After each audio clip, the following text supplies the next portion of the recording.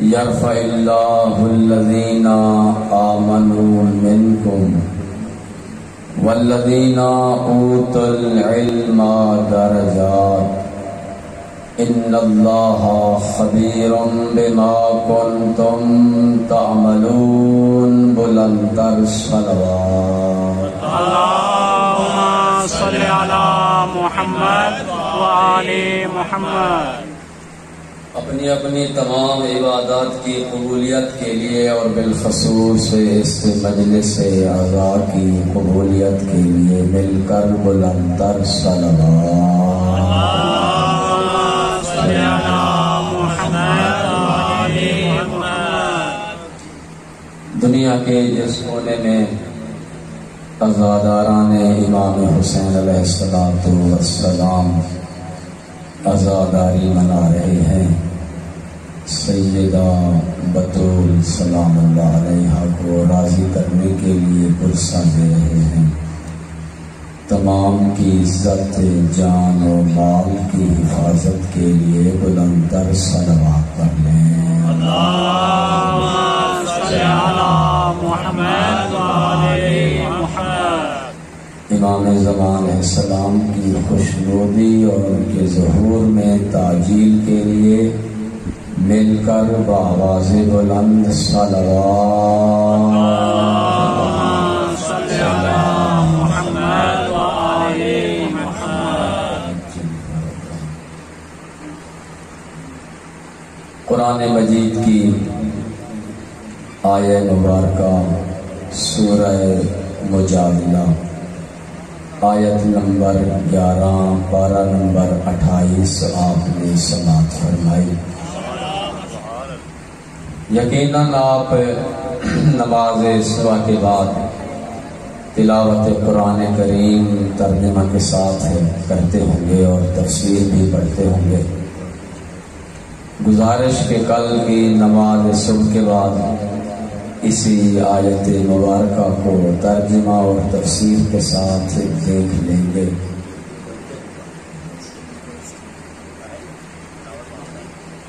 ارشاد رب العزت ہو رہا ہے، یرفع اللہ، اللہ نے بلند کیا ہے،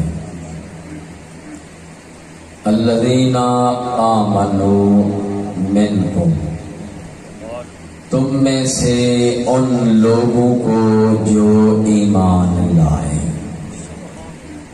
تم میں سے ان لوگوں کو اللہ نے بلند کیا ہے جو ایمان لائے. والذین اوتوا العلم، اور وہ ہستیاں جنہیں اللہ کی طرف سے علم دیا گیا، وہ ہستیاں جنہیں اللہ کی طرف سے علم عطا ہوا، درجات ان کے درجات علم کے مطابق بلند ہیں. ان اللہ خبیر بما تعملون، اور جو کچھ تم اعمال انجام دیتے ہو اللہ کی ذات ان اعمال سے آگاہ ہے. یعنی تمہارا کوئی بھی عمل اللہ کی ذات سے چھپا ہوا نہیں ہے، بلکہ وہ تمہارے تمام اعمال کو اللہ کی ذات دیکھ رہی ہے. اس آیہ مبارکہ میں 3 چیزیں بیان ہوئی ہیں. سب سے پہلے یرفع اللہ، اللہ نے بلند کیا ہے. یہ اللہ نے جو بلند کیا ہے، اس بلندی سے مراد کیا ہے؟ یعنی اللہ نے کس طرح بلند کیا ہے؟ کیا اللہ نے اٹھا لیا ہے؟ نہیں، اللہ نے بلند کیا ہے کا معنی ہے وہ لوگ جو مومن ہیں اللہ نے انہیں عزت دی ہے. العزت للہ ولرسولہ وللمؤمنین، عزت جو ہے وہ اللہ کے لیے ہے اور اللہ کے رسول کے لیے ہے اور عزت مومنین کے لیے ہے، یعنی وہ لوگ جو ایمان لائے اور مومن کہلائے، اللہ نے عزت کے حوالے سے انہیں بلند کیا ہے۔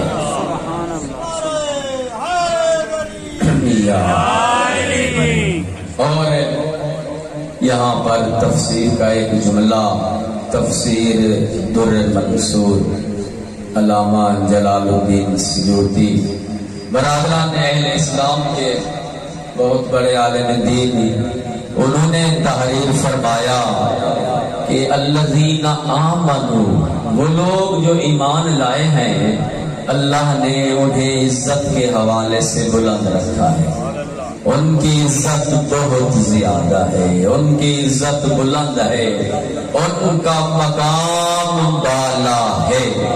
وہ تفسیر بیان کرتے ہیں اپنی اس کتاب میں، ما من آیت فی القرآن، قرآن کریم میں جس آیت میں بھی کہا گیا ہے الذین آمنوا، وہ لوگ جو ایمان لائے، تفسیرہ علی وشیعۃ علی بن ابی طالب، آمنوا کی تفسیر علی ہے اور علی کی شیعہ ہے، یعنی وہ لوگ جو علی ہے، علی کو بھی اللہ نے بلند کیا ہے اور علی کی شیعہ کو بھی اللہ نے بلند کیا ہے۔ والذین اوتوا العلم، والذین اوتوا العلم، اور وہ ہستیاں جنہیں علم عطا کیا گیا، اوتو جنہیں علم دیا گیا اللہ کی طرف سے، درجات ان کے درجے بلند ہیں، جتنا جس کا علم بلند اتنا اللہ کے نزدیک اس کا درجہ بلند ہے۔ علم حاصل کرنا اور علم کے حوالے سے انسان کا درجہ بلند ہوتا ہے، اور اسی علم کے لیے حدیث ہے العالم حی ولو کان میتا، وہ انسان جس کے پاس علم ہے، وہ لوگ جو عالم کہلاتے ہیں وہ مر کر بھی زندہ ہے، والجاہل میت ولو کان حیا، فرمایا جاہل زندہ رہ کے بھی مردہ ہے اور عالم مر کے بھی ایک زندہ ہے۔ علماء انسانوں کی قدر منزلت بڑھتی ہے علم کے ذریعے، حتیٰ کہ ایک اور آیت میں ارشاد فرمایا انما یخشی اللہ من عبادہ العلماء، اللہ کے بندوں میں سے وہ لوگ جو خدا سے ڈرتے ہیں وہ علماء ہیں۔ اور جس طرح قرآن ہے، قرآن کریم میں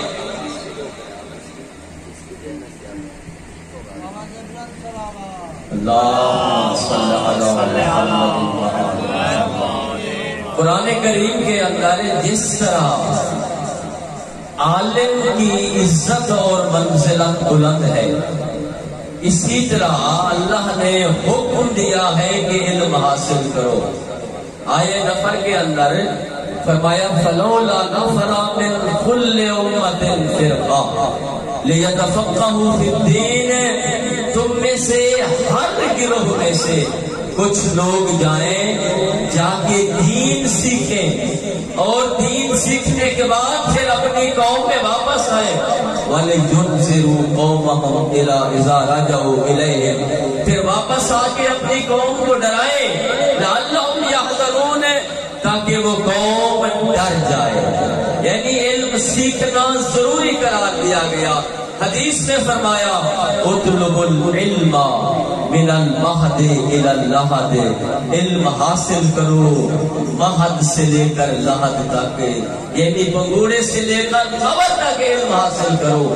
ایک اور مقام پر فرمایا اطلب العلم ولو بالسین، علم حاصل کرو اگرچہ تمہیں چین ہی کیوں نہ جانا پڑے گا۔ تو ان آیات مبارکہ اور حدیث کی روح سے روشن ہو گیا کہ علم حاصل کرنا ضروری ہے۔ وہ مقام جہاں سے آپ کو علم ملے، وہ محفل، وہ مجلس جہاں سے آپ کو علم ملے، اس محفل میں، اس مجلس میں جانا ضروری ہے۔ قرآن بھی یہی کہتا ہے، حدیث بھی یہی بیان فرماتی ہے، تو جب اس محفل میں جہاں سے علم ملے وہاں جانا ضروری، تو پھر مجلس حسین جہاں پر علم قرآن ملتا ہے، جہاں قرآن تفسیر کا علم ملتا ہے، جہاں حدیث کی تفسیر کا علم ملتا ہے، جہاں حکام کا علم بیان ہوتا ہے، جہاں پہ فقہ کا بیان ہوتا ہے، جہاں لا الہ الا اللہ بتایا جاتا ہے، جہاں محمد رسول اللہ کی تفسیر بیان ہوتی ہے، جہاں پہ علی ولی اللہ کی تفسیر بیان ہوتی ہے، تو اس مجلس میں بھی آنا ضروری۔ ہر صاحب اسلام اور ہر صاحب ایمان پر لازم ہے کہ مجلس حسین میں آ کر علم قرآن حاصل کرے، علم حدیث حاصل کرے، علم تفسیر حاصل کرے، علم فقہ حاصل کر کے علم کے ذریعے اپنے مرتبے کو بڑھاتا جائے۔ علم مجالس اللہ اکبر یا رسول اللہ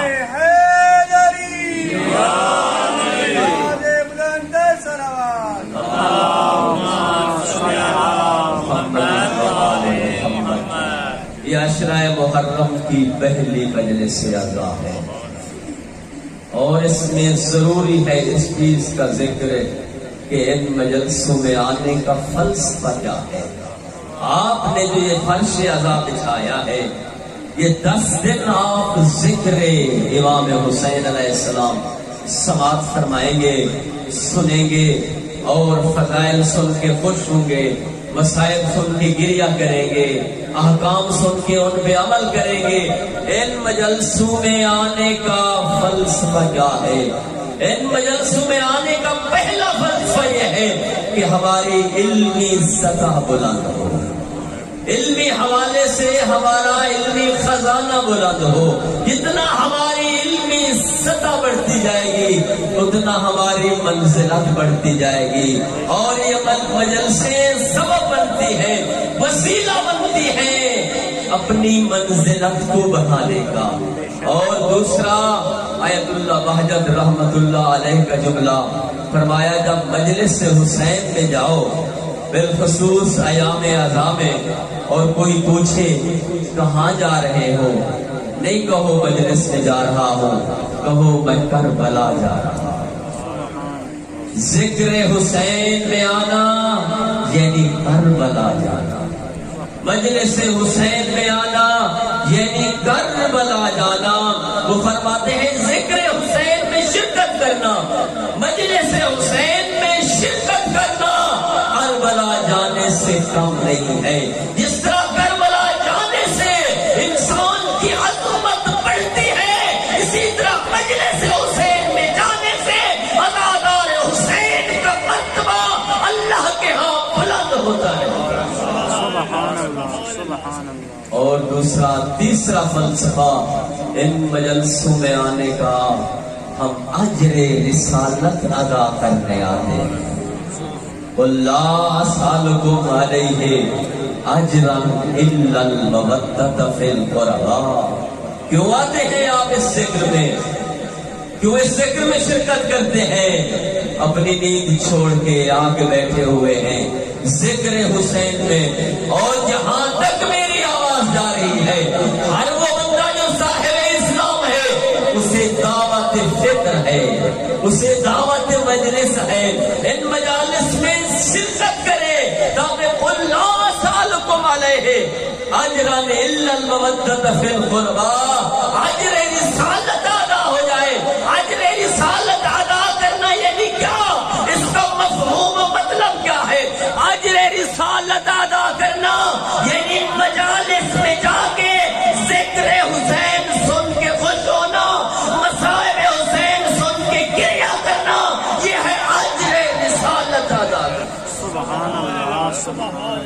اور پھر چوتھا فلسفہ ان مجالس میں آنے کا یہ ہے کہ ان مجلسوں میں آنے سے رسول راضی ہو جائے، سیدہ بطول راضی ہو جائے، ذکر امام حسین علیہ السلام سننے سے رسول راضی ہوتا ہے۔ وَلَسَوْفَ يُعْطِيكَ رَبُّكَ فَتَرْضَىٰ، اللہ یہ چاہتا ہے رسول راضی ہو، اور رسول یہ چاہتا ہے کہ ذکر حسین میں آؤ اور میں راضی ہو جاؤں، بطول راضی ہو جائے، کیونکہ ضمانت لی ہے سیدہ نے ان لوگوں کی جو ان مجالس میں شرکت کرتے ہیں، سیدہ نے ان پہ راضی ہونے کی ضمانت لی، اور راضی ہونے کے ساتھ ساتھ سیدہ سلام اللہ علیہا نے ضمانت لی ہے ان لوگوں کی جو ان مجالس میں آ کے شرکت کرتے ہیں اور اس مسائب حسین میں آنسو بہاتے ہیں، فرمایا قیامت کی دن ان آنسو کی قیمت شفاعت بطول ہے۔ سبحان اللہ، سبحان اللہ۔ اور اللہ نے بلند کیا ہے پھر ان لوگوں کو جنہیں علم عطا کیا گیا۔ پہلی مجلس ذکر امام حسین علیہ السلام، یہ مجالس ہے تو دین ہے، لیکن اس مجلسوں کے اندر کیا بیان ہوتا ہے؟ ان مجلسوں کے اندر قرآن پڑھا جاتا ہے، ان مجلسوں کے اندر قرآن کی تفسیر پڑھی جاتی ہے۔ ایسے ہے نا میرے دوست، مجلس میں قرآن پڑھا، قرآن کی تفسیر بیان ہوئی، ان مجلسوں میں حدیثیں بیان ہوتی ہیں، ان مجلسوں میں تفسیریں، احکام، فقہ بیان ہوتی ہے، ان مجلسوں میں تاریخ بیان ہوتی ہے، انبیاء کا ذکر ان مجلسوں میں بیان ہوتا ہے، جبکہ نام ہے مجلس حسین، ذکر ہوتا ہے لا الہ الا اللہ کا، نام ہے مجلس حسین، ذکر ہوتا ہے محمد رسول اللہ کا، نام ہے مجلس حسین، ذکر ہوتا ہے علی ولی اللہ کا، نام ہے مجلس حسین، تلاوت ہوتی ہے قرآن کریم کی، نام ہے مجلس حسین، بیان ہوتے ہیں احکام دین، نام ہے مجلس حسین، بیان ہوتی ہے انبیاء کی تاریخ، آدم سے لے کر خاتم تک تمام انبیاء کی تاریخ و اقوال بیان ہوتے ہیں، نام ہے مجلس حسین۔ اپنے سے پوچھو تو وہ بھی کہتا ہے مجلس حسین، غیر سے پوچھو تو وہ بھی کہتا ہے مجلس حسین۔ کبھی راز جانا ہے، بیان تو سب کچھ ہو رہا ہے، لیکن نام ہے مجلس حسین۔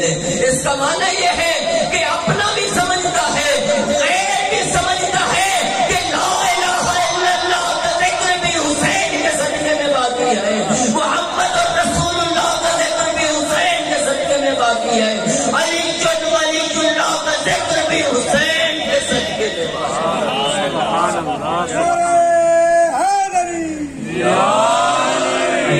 یہ سب کچھ حسین کے صدقے میں باقی ہے۔ وہ حسین جو مرجان کی تفسیر ہے، آج ایک سب قرآن کریم کی تفسیر ہے کہ حسین کو اللہ نے قرآن میں مرجان کہہ کے پکارا۔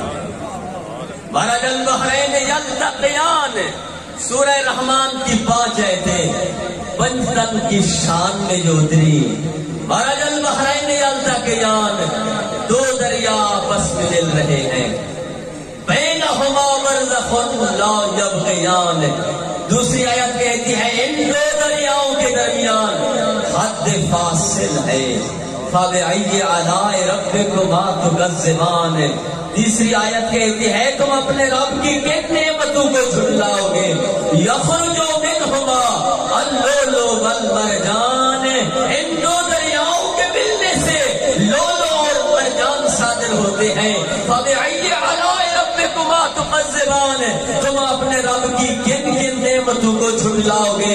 جب پیغمبر سے تفسیر پوچھی گئی، یا رسول اللہ ارشاد فرمائے کہ کون سے 2 دریا آپس میں ملتے ہیں اور کیا ہے حد فاصل، اور کون سے لولو اور مرجان صادر ہوتے ہیں، پیغمبر دے کر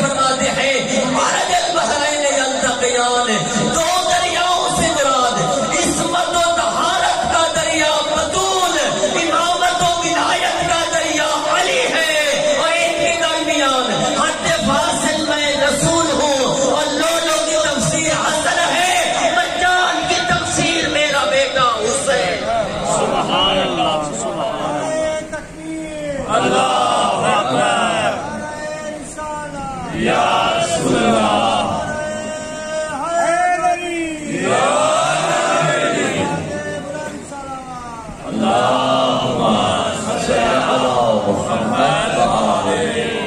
اور مرجان کی تفسیر میرا بیٹا حسین اور یہ پنجتن کی شان میں سورہ رحمان کی یہ 5 آیتیں فَبِأَيِّ آلَاءِ رَبِّكُمَا تُكَذِّبَانِ تم اپنے رب کی کن کن نعمتوں کو جھٹلاؤ گے.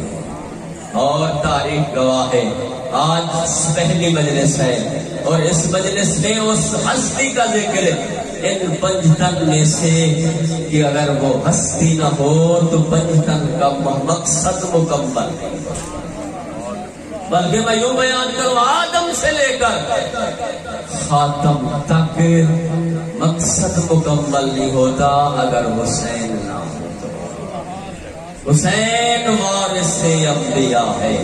ہر شب جمعہ آپ رخ کرتے ہیں نا کربلا اور کہتے ہیں السلام علیکہ یا وارث آدم صفوت اللہ، السلام علیکہ یا وارث روح نبی اللہ، السلام علیکہ یا وارث ابراہیم خلیل اللہ، السلام علیکہ یا وارث عیسیٰ کلیم اللہ، السلام علیکہ یا وارث عیسیٰ روح اللہ، السلام علیکہ یا وارث موسیٰ کلیم اللہ، السلام علیکہ یا وارث محمد حبیب اللہ. ہر شب جمعہ آپ رخ کرتے ہیں کربلا کی طرف اور دیکھ کر کہتے ہیں اے آدم کے وارث حسین تجھ پہ میرا سلام، اے نوح کے وارث حسین تجھ پہ میرا سلام، اے ابراہیم کے وارث حسین تجھ پہ میرا سلام، اے موسیٰ کے وارث حسین تجھ پہ میرا سلام، اے عیسیٰ کے وارث حسین تجھ پہ میرا سلام، اے محمد مصطفیٰ کے وارث حسین تجھ پر میرا سلام. یعنی آپ اظہار کرتے ہیں آدم کی محنت نہ رہتی اگر حسین تو قربانی نہ دیتا، نوح کی محنت ضائع ہو جاتی اگر حسین تو قربانی نہ دیتا، موسیٰ کی محنت رہ نہ جاتی اگر حسین تو قربانی نہ دیتا، عیسیٰ کی محنت ضائع ہو جاتی اے حسین اگر تو قربانی نہ دیتا. آدم سے لے کر مصطفیٰ تک تمام نبیوں کی محنت بچی ہے تو اے حسین تیری قربانی کے صدقے بچی ہے. اے حسین یہ دین ہم تک پہنچا ہے تو تیری قربانی کے صدقے میں پہنچا ہے اور ہم تجھے سلام کرتے ہیں. روایات میں درج والفجر ولیال عشر. ذرا اٹھائیں تفسیریں قرآن کریم کی. وہ کون سی سورہ ہے جس کا دوسرا نام ہے سورۃ الحسین؟ سورۃ الحسین. سورہ فجر جس کا دوسرا نام ہے سورۃ الحسین. والفجر قسم ہے فجر کی. مفسرین نے لکھا یہاں پہ فجر کی تفسیر حسین بن علی. ولیال عشر قسم ہے فجر کی اور قسم ہے 10 راتوں کی. فجر سے مراد حسین بن علی اور خدا قسم کھاتا ہے 10 راتوں کی تفسیر ہے 10 محرم کی راتیں. اللہ یہاں پہ حسین کی بھی قسم کھا رہا ہے اور عشر محرم کی 10 راتوں کی بھی قسم کھا رہا ہے.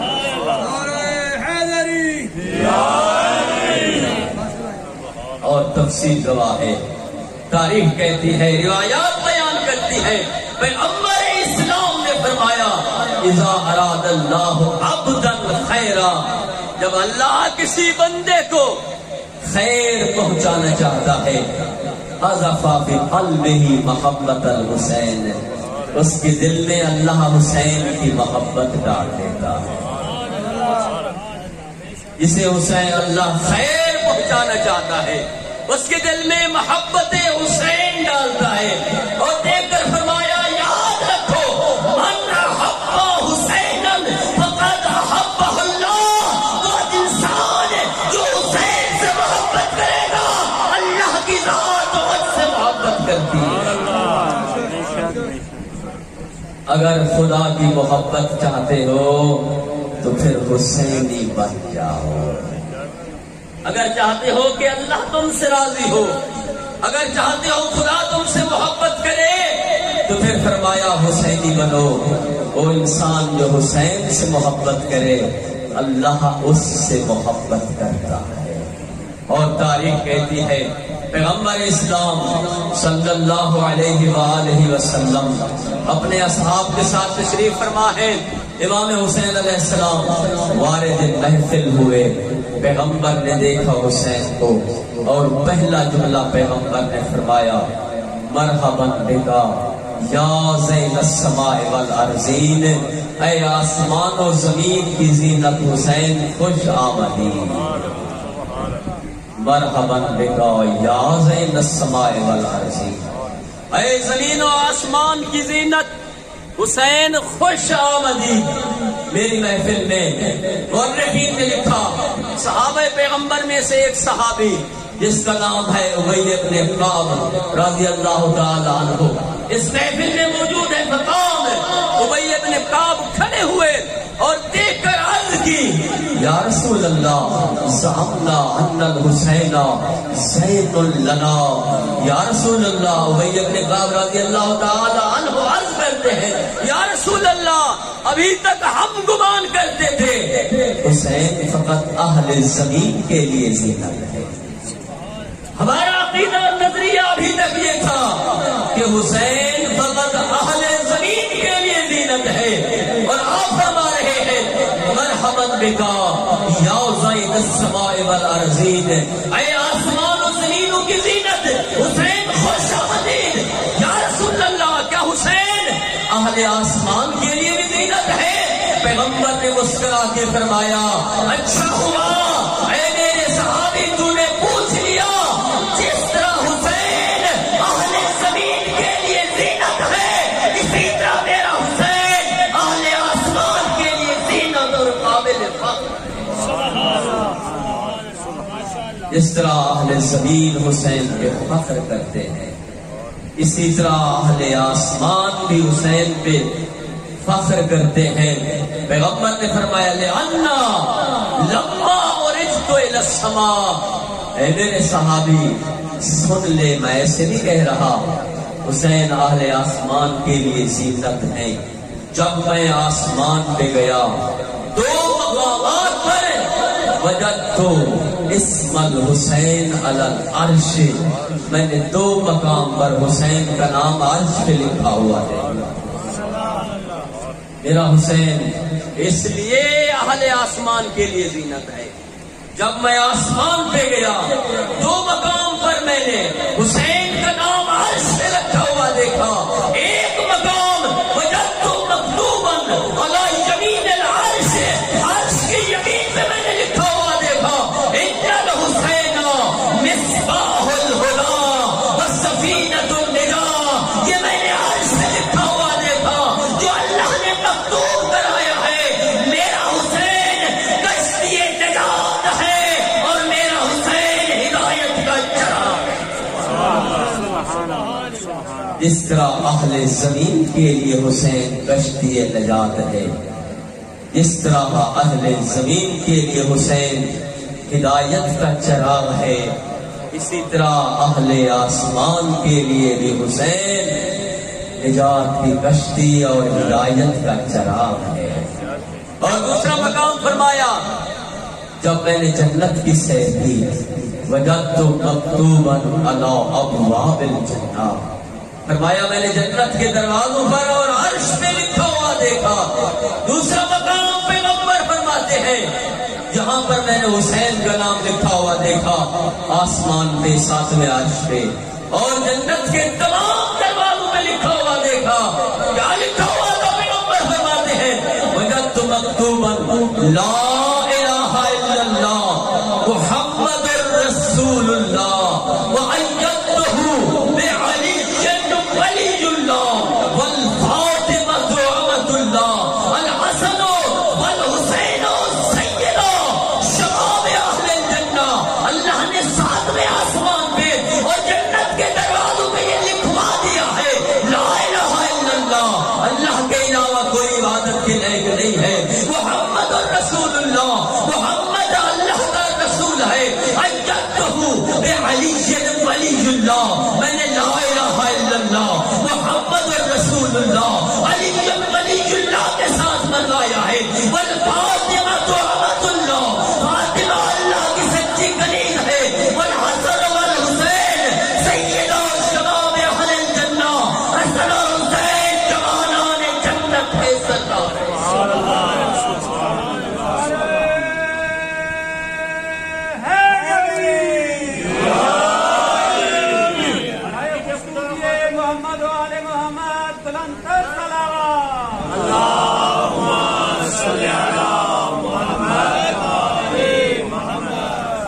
میں نے عرش پہ لکھوا دیا ہے، یہ خدا نے عرش پہ درج کرایا ہے، حسن و حسین جوانان جنت کے سردار ہیں۔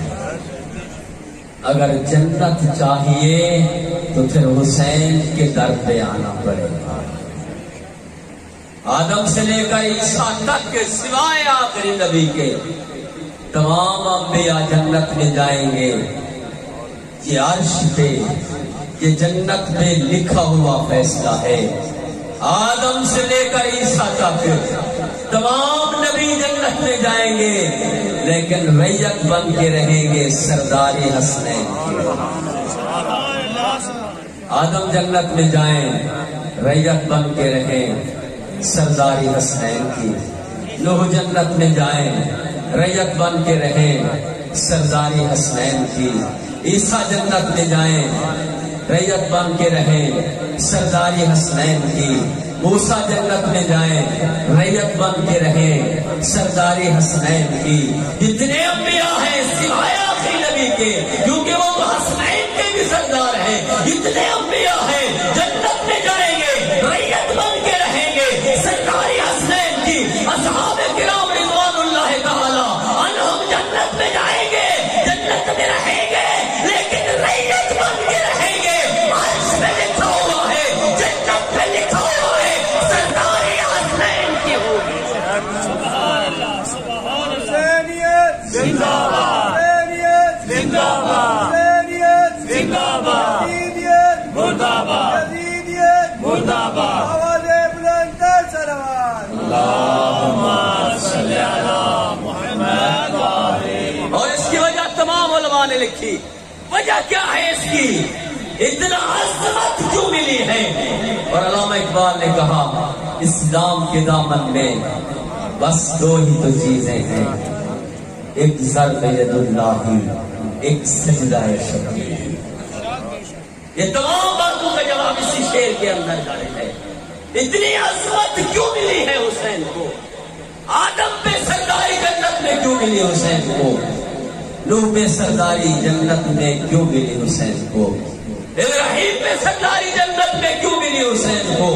فقط اسی لیے کہ تمام انبیاء کی محنت کا صلہ اور تمام انبیاء کی محنت کو بچانے والا حسین ابن علی۔ یہی وجہ ہے فرمایا حسین منی وَأَنَا مِنَ الْحُسَيْنِ، حسین مجھ سے ہے اور میں حسین سے۔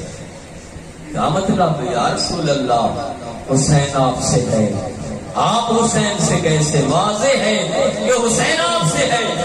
پہلے نانا کا وجود ہوتا ہے، پھر نواسے کا وجود ہے۔ نانا ہو تو نواسا اس دنیا میں آتا ہے، نانا سے پہلے نواسا اس دنیا میں نہیں آ سکتا۔ نواسے کا وجود محتاج ہے نانے کے وجود کا، پہلے نانا ہو پھر نواسا آئے۔ فرمانا یہ چاہتے ہیں کہ وجود کے حوالے سے حسین مجھ سے ہے اور بقا کے حوالے سے میں حسین سے، بقا کے حوالے سے میں حسین سے ہوں۔ حسین ہے تو محمد الرسول اللہ، شاہ است حسین، بادشاہ است حسین۔ حسین شاہ ہے، کہا نہیں فقط شاہ نہیں، بادشاہ است حسین۔ حسین بادشاہ ہے، دین است حسین، حسین دین ہے۔ فرمایا فقط دین نہیں، دین پناہ است حسین۔ وہ ہستی جس نے دین کو بچایا، وہ ہستی جس نے دین کو پناہ دی، اس کا نام ہے حسین۔ سرداد سر دے دیا، نداد دست زر دست یزید، حسین نے سر دے دیا لیکن اپنا ہاتھ یزید کے ہاتھ میں نہ دیا۔ ہم قوم کے بنا لا الہ الا حسین، اگر سچ پوچھنا چاہتے ہو تو لا الہ الا اللہ کی بقا کا نام حسین ابن علی ہے۔ اگر حسین نہ ہوتے تو آج لا الہ الا اللہ پڑھنے والا کوئی موجود یہ لا الہ الا اللہ پڑھ رہے ہو حسین ابن علی کے صدقے میں، اور وہ خصوصیات جو حسین ابن علی علیہ السلام کو عطا ہوئی ہے، پہلی خصوصیات تاریخ کہتی ہے 7,000 سال قبل از آدم نور حسین کو خلق کیا گیا۔ پہلی خصوصیت خصائص حسینیہ اٹھا لیں، پہلی مجلس ہے، اور امام حسین علیہ السلام کے حوالے سے چند آرائز پیش کرنا چاہتا ہوں۔ پہلی خصوصیت جو حسین کو عطا ہوئی، 7,000 سال پہلے آدم کی خلقت سے حسین کا نور خلق ہوا۔ فقط حسین کا نور نہیں بلکہ 14 کا نور خلق ہوا۔ 7,000 سال آدم کی خلقت سے پہلے، تاریخ گواہ ہے، شاعر ہے، امیر المومنین کی خدمت میں آتا ہے اور سوال کرتا ہے، مولا متی خلقتم، مولا ذرا ارشاد فرمائے آپ کب خلق ہوئے؟ فنظر الی وجہہ، علی نے سائل کی پیشانی کو دیکھا اور دیکھ کر فرمایا، ایھا السائل السؤال اکبر من نفسک، اے سائل تیرا سوال لمبا ہے لیکن علی کو جواب برداشت کرنے کا ظرف تیرے سینے میں نظر نہیں آ رہا۔ فسأل ثانیاً، اس نے پھر سوال کیا، مولا متی خلقتم، مولا ارشاد فرمائے آپ کب خلق ہوئے؟ سأل علی، امیر المومنین نے اس سے سوال کیا، متی زعمتا، ماذا زعمتا، تو کیا گمان کرتا ہے، تیرا عقیدہ کیا ہے، تیرا نظریہ کیا ہے، تو کیا سمجھتا ہے پہلے کون خلق ہوا؟ فاجابا، اس شخص نے جواب دیا، زعمت ان الآدم هو المخلوق الاول، جواب دیتا ہے میرا گمان، میرا نظریہ یہ ہے کہ مخلوق اول حضرت آدم علیہ السلام ہے۔ تاریخ لکھتی ہے امام نے اس کا جواب سنا اور علم لدنی کے سمندر میں ایک موج آئی اور دیکھ کر فرمایا، ایھا السائل اسمع، اے سائل سن، ان اللہ خلق آدم من الدین والدین من الزبد والزبد من البحر والبحر من الموج والموج من الظلمہ والظلمہ من النور والنور من الحرف والحرف من الآیہ والآیہ من السورہ والسورہ من الیاقوت والیاقوت من لا شیء واللا شیء من مشیت۔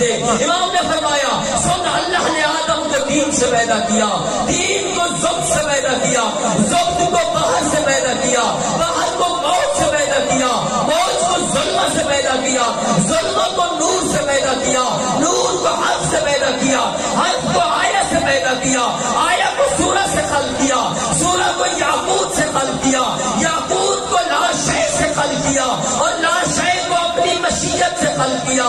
فوضع یدہ الی صدرہ، امام نے دونوں ہاتھ اپنے سینے پہ رکھے اور فرمایا، وَنَحْنُ مَشِیَّةُ اللَّهِ، ہم 14 مشیت خدا ہے۔ نہ آدم خلق ہوا تھا، نہ آدم خلق ہوا تھا، نہ کبھی خلق ہوئی تھی، نہ آدم اللہ نے خلق کیا، نہ آدم خلق کیا، اس کائنات کا ذرہ بھی خلق نہ ہوا تھا، اللہ نے 7,000 قبل ہم 14 کا نور خلق کر دیا۔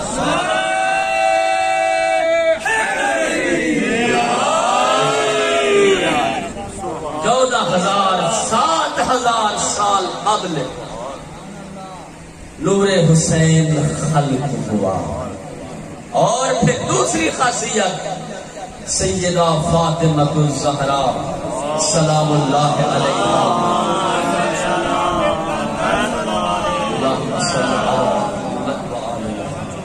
فرماتی ہیں کہ جب میرے بیٹے حسین کا نور میری جبی میں آیا تو اس وقت پہلی خاصیت یہ ہے نور حسین کی، فرماتی ہیں کہ نور حسین کے آنے سے پیغمبر میرا خصوصی احترام کرتے تھے۔ فرمایا جب کہ حسین سے پہلے میرے بیٹے حسن کا نور بھی میری زمین میں آیا، لیکن جب حسین کا نور جیسے ہی میری زمین میں آیا تو پیغمبر میرا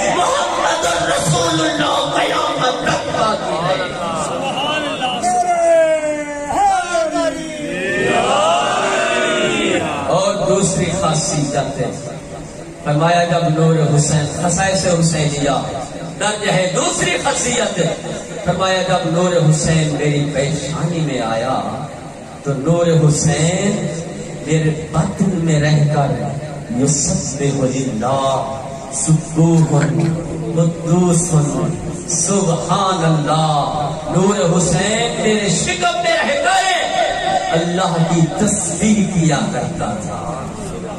جب میں آرام کرتی مجھے آوازیں سنائی دیتی تھی، سبوح قدوس سبحان اللہ۔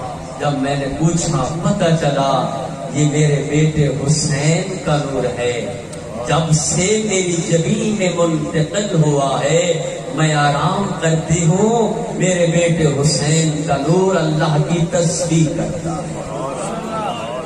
اور تیسری خاصیت نور حسین کی، سیدہ فرماتی ہیں جب نور حسین میری جبین میں آیا تو اللہ کی خاص بزرگان دین، اللہ کی خاص جو ہستیاں تھیں، پسندیدہ ہستیاں انبیاء میں سے حضرت مریم سلام اللہ علیہا، اور انبیاء میں سے آسیہ سلام اللہ علیہا، حضرت نوح ابراہیم علیہ السلام، یہ تمام ہستیاں جب میں عالم خواب میں سوتی دیکھتی یہ ہستیاں میرے لیے دعا کر رہی ہوتی اور یہ کہتے ہوئے نظر آتی تھی، اے بطول اب تیری جبین میں عام نور نہیں بلکہ وہ نور آیا ہے جس نور کی وجہ سے ہماری محنت نے باقی رہنا۔ اور فرمایا چوتھی خاصیت نور حسین کی یہ تھی کہ جب نور حسین میری جبین میں منتقل ہوا، سیدہ فرماتی ہیں اس نور کی عظمت اتنی تھی جب بھی رات کے اندھیرے میں اور تاریک حجرے میں میں کچھ تلاش کرنا چاہتی، مصباح حسین چراغ ہے، یہ عرش پہ لکھا ہوا ہے، حسین چراغ ہے۔ سیدہ فرماتی ہے کہ جب نور حسین میری پیشانی پہ آیا رات کے عالم میں اور اندھیرے حجرے میں، جب میں کچھ تلاش کرنا چاہتی، یہ نور حسین کی عظمت تھی۔ میں حجرے میں قدم رکھتی، چودھری کے چاند کی طرح چمکتا ہوا حجرہ مجھے محسوس ہوا۔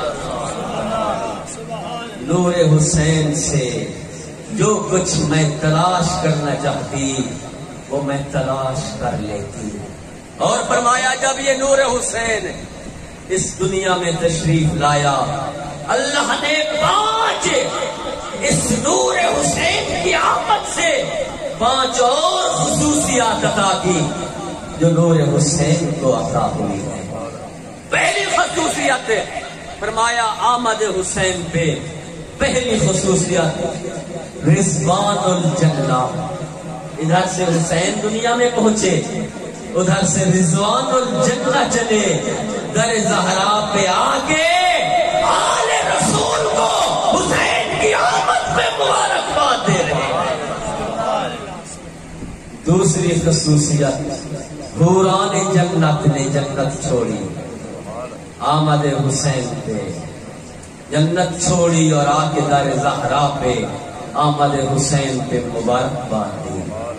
تیسری خصوصیت غلمان الجنت نے جنت چھوڑی، آمد حسین پہ در زہرا پہ آئے اور زہرا کو مبارکباد دے رہے ہیں، نبی کو مبارکباد دے رہے ہیں۔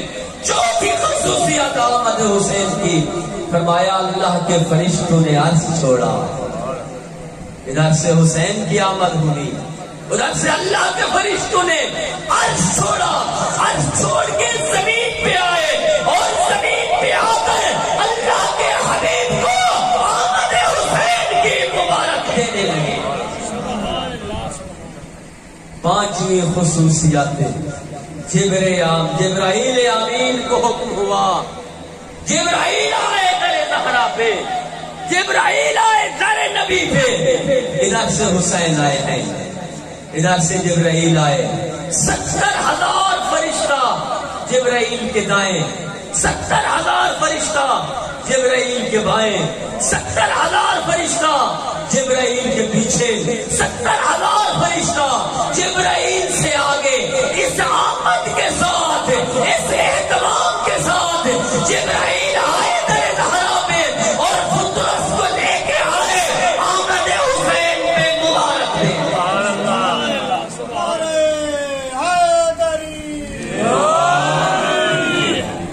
یہ 5 خصوصیات، اور پھر فرمایا جب میرے بیٹے کی آمد ہوئی اس دنیا میں، ہاں پیغمبر تشریف لائے اور دیکھ کر فرمایا اسماء لائیے میرا بیٹا حسین مجھے دیجیے۔ جناب اسماء دیکھ کر فرماتی ہیں یا رسول اللہ ابھی تک تو ہم نے بچے کو غسل مولود نہیں دیا۔ دیکھ کر فرمایا جیسے سنا پیغمبر نے کہا اسماء میرا حسین مجھے دو۔ جناب اسماء فرماتی ہے یا رسول اللہ ابھی تک ہم نے بچے کو غسل مولود نہیں دیا۔ پیغمبر کی پیشانی کی تیور بدلے اور دیکھ کر فرمایا اے اسماء جسے خدا پاک کو پاکیزہ بنا کے بھیجے اسے تیرے غسل کی ضرورت نہیں ہے۔ انما یرید اللہ لیذھب عنکم الرجس اہل البیت ویطہرکم تطہیرا۔ اللہم صل علی محمد وآل محمد۔ جان تطہیر پہ بلند تر صلوات۔ اللہم صل علی محمد وآل محمد۔ پھر فرمایا حسین کی خصوصیات میں سے یہ بھی آمد حسین کی خصوصیت ہے کہ حسین کا نام کسی دنیا والے نے حسین نہیں بلکہ اللہ نے یہ نام حسین رکھا ہے، کیونکہ ہمارے پاس روایات موجود ہیں پنجتن پاک کے نام دنیا میں کسی نے نہیں رکھے بلکہ پنجتن پاک کے نام ان کے خالق نے رکھے۔ جبرائیل امین نازل ہوئے، مبارک دی اور مبارک دے کر فرمایا کہ یا رسول اللہ علی کی نسبت تیرے ساتھ وہ ہے جو ہارون کو موسیٰ کے ساتھ تھی۔ ہارون کے 2 بیٹے تھے، ایک کا نام شبر اور دوسرے کا نام شبیر، اور علی کی نسبت تیرے ساتھ وہی ہے۔ علی کو بھی اللہ نے پہلا بیٹا عطا کیا ہے۔ شبر کا عربی میں نام بنتا ہے، شبر یعنی حسن اور شبیر یعنی حسین۔ اللہ نے اسے دنیا میں بھی حسین بنا کے بھیجا ہے اور آخرت میں بھی حسین حسین رہے۔ یہ نام خدا نے رکھا ہے۔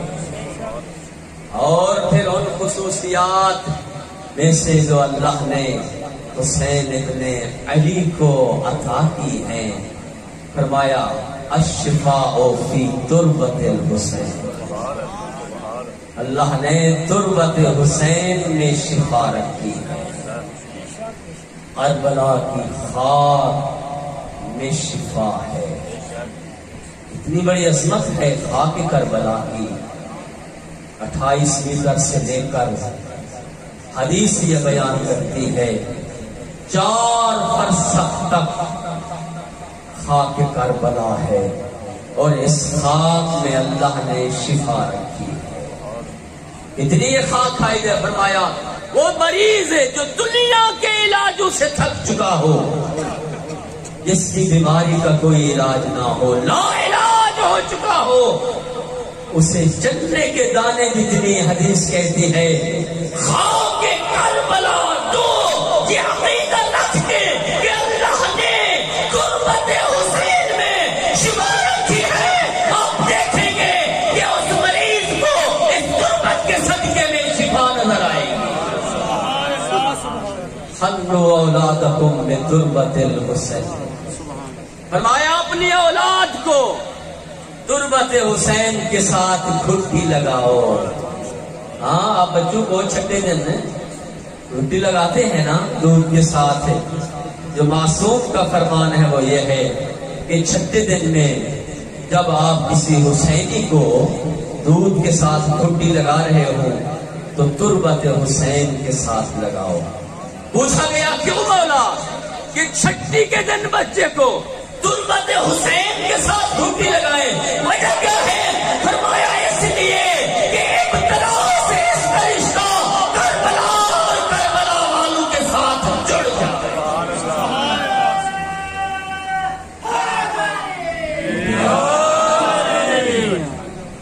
اور فرمایا الامامۃ فی ذریۃ الحسین۔ پیغمبر فرماتے ہیں ایک اور خصوصیت جو اللہ نے حسین کو عطا کی ہے، پیغمبر نے فرمایا میرا نور ذریت حسین میں منتقل ہوا، میرا نور ذریت حسین میں منتقل ہوا ہے۔ فرمایا سیدہ فاطمہ الزہرا سلام اللہ علیہا کے ذریعے سے علی کا نور حسن میں منتقل ہوا، اور پیغمبر فرماتے ہیں کہ میرا نور بطول کے ذریعے سے حسین ابن علی میں منتقل ہوا ہے، لأنه فی ذریۃ الحسین تسع معصومون، اللہ نے ذریۃ حسین میں 9 امام معصوم رکھے ہیں،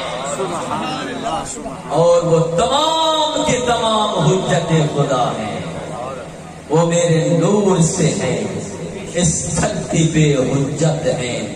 اور فرمایا امام حسین کی خصوصیات میں ایک اور خصوصیت یہ ہے، فرمایا الفضیلۃ فی التربۃ التی آنا فیہ ذکر الحسین۔ فرمایا خصوصیات امام حسین علیہ السلام میں ایک خصوصیت یہ ہے کہ جس مقام پہ، جس جگہ پہ ذکر حسین ہوتا ہے اللہ کی ذات اس کا مرتبہ بلند کر دے۔ وہ امام بارگاہ، یہ امام بارگاہ ہے، یہ مسجدیں یہ عام مقام نہیں ہے، مسجد خدا کا گھر ہے۔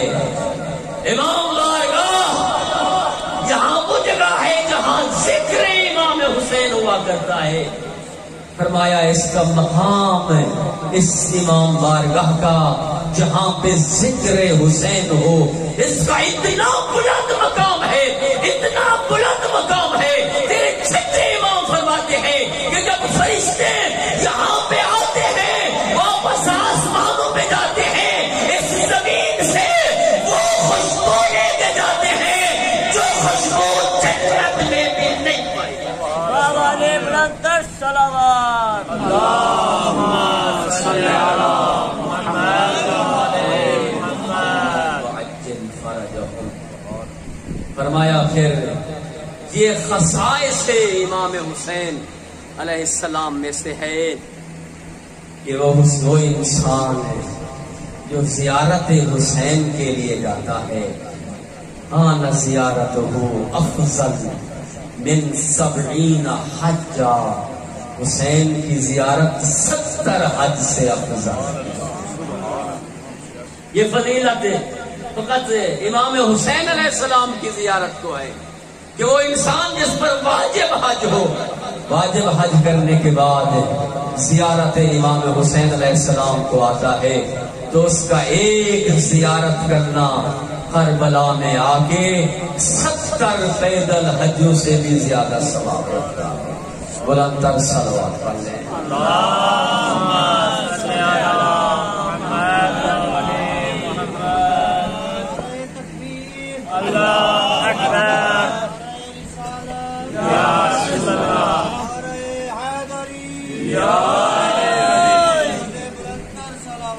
اللہم صلی علی محمد وعلی محمد۔ اور یہ عظمتیں، یہ فضیلتیں حسین ابن علی کو ملی ہیں تو فقط اس لیے کہ یہ حج حسین نے بتایا۔ اگر حسین ابن علی قربانی نہ دیتے آج کوئی حج کا طواف کرتے ہوئے نظر نہ آتا۔ بڑی قربانی تھی حسین میں، اور بڑا مشکل تھا حسین کے لیے مدینہ چھوڑنا، حسین کے لیے پھر مکہ چھوڑنا۔ حسین نے حج کے احرام عمرہ میں بدلے اس لیے کہ حج بچ جائے۔